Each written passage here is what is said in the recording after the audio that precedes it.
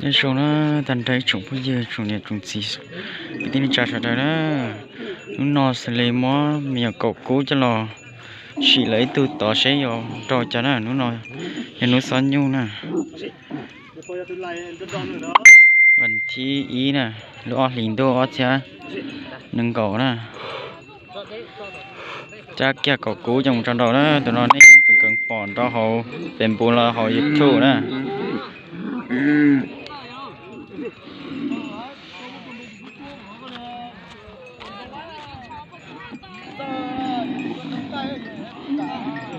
จ้ากี่หรอ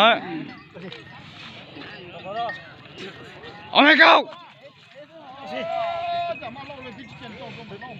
tụi nó xí lo hả tụi nó có tụi chỉ lo cho nên chỉ lo đấy rồi gì tụi nó thấy gì đấy nè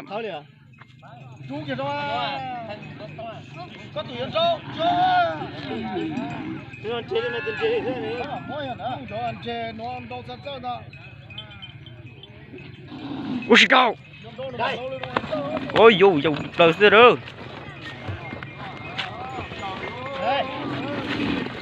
ôi dù thành có tê ngã chỉ lại giờ bị từ từ từ câu chỉ cho thì tiêu đó cho cái tên gì thế này đó ở tụi nó mà đâu sợ cân cối đó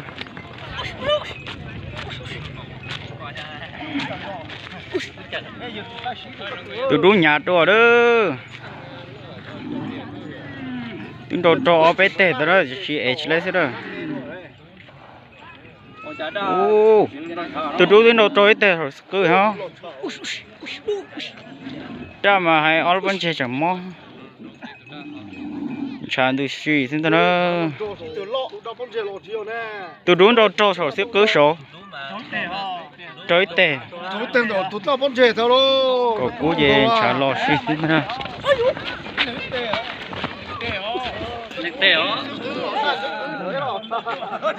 chú lon chán từ chi thế đó ở từ nó máy lưng tê mất chẳng cân có đi nữa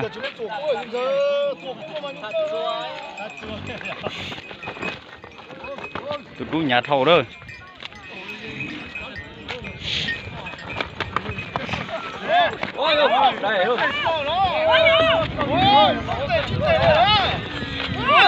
lần đó nó sửa chè có cú tôn say nữa có cú mê thầu chè có cú bò chừng xưa đó đó trâu nữa khỏi nhưng mà lấy cừ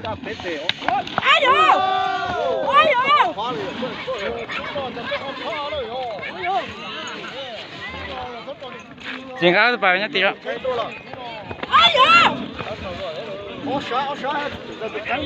có cú chè sức cứng trong tay thế đó giờ chế là thế chè có cú chỉ tao rong hết chè đâu nói chè đâu chỉ có cơ tụi ta mê rồi hết chè ô ta chỉ nhầm một tụi đu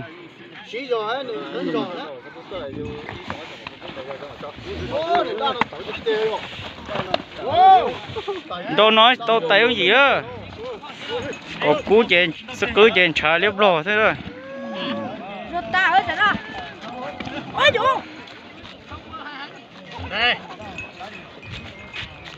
chưa có cú trên nhau tao tụi đu nói xỉn nữa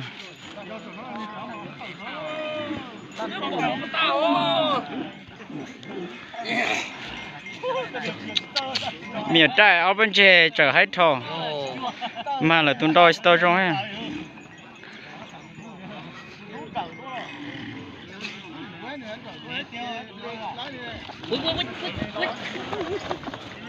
ôi để bị plug xí đó trái trên từ xí xí đó có cú rồi chưa rồi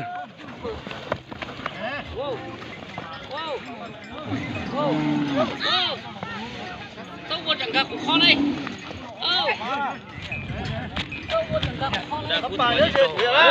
ông không đó rồi ta kìa bây giờ xe đó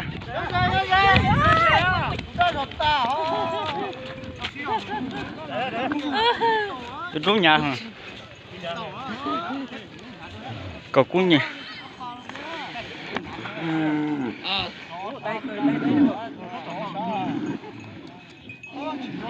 Ô này đang nó thấy cười thế đó.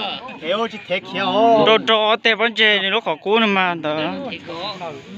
Chạy từ xí đó cậu cú mà sát sắp lại đó. Giờ chỉ tạo cái tụi nó mua siêu bỏ không chỉ tụi nó tạo người cho tạo. Xe tập khởi đó cậu cú rồi. Mua siêu bỏ. Ô tụi nó cũng luôn một đợt trong hết ta. Nhưng nào rồi. Ô. Nhưng em khờ đó phá lá lo cái to nha. Chưa, không có khủng thúc nó này. Ôi giờ plug, ôi giờ plug xin ta đó. Cậu cú chạy sát lâu nhớ chỉ lấy sát sổ xin ta đó. Cho đi. Ô, bây giờ gặp khó chưa? Không gặp khó. Ô không. Ui giọt ta đó.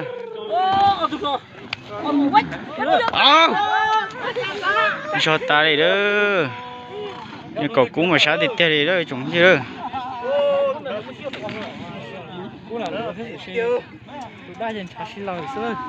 Sức cưới được tài đó. Cậu cú hay tôi nhua nhìn tôi thấy thèm món sắp rồi đó. Nhưng tôi là xíu gì kia đó anh tôi nó. Chạy cho lo cho tôi cái xin nữa. Ôi yo. Cũng được nó mà cho chó mà sổ trong trái luôn.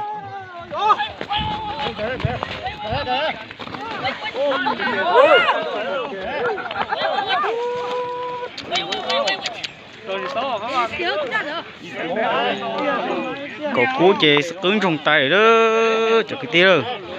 Cậu cú mà thèm món sắp rồi đó.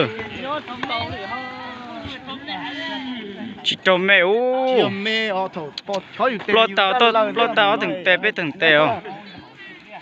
vấn đề cho tôi là mà có chủ đâu. tiêu đang rồi.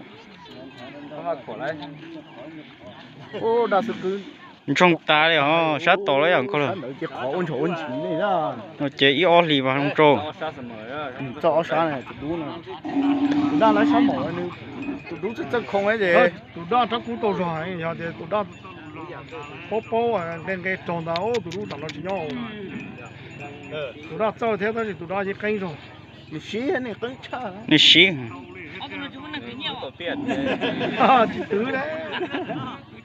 Bao giờ sợ sai cái đó để nó nè. Sớm mở đen, bao từ từ liền. Chơi tiêu sắm mở tự tin ta. Đúng rồi, tụi nó nó chỉ cháu tụi nó mình thôi. Ừ. Chuẩn ít tiêu đó. Ôi vô. Cậu cú chè. Sức cưới chè trong tay nó trong cái gì đó. Ủa vậy chế sổ đó.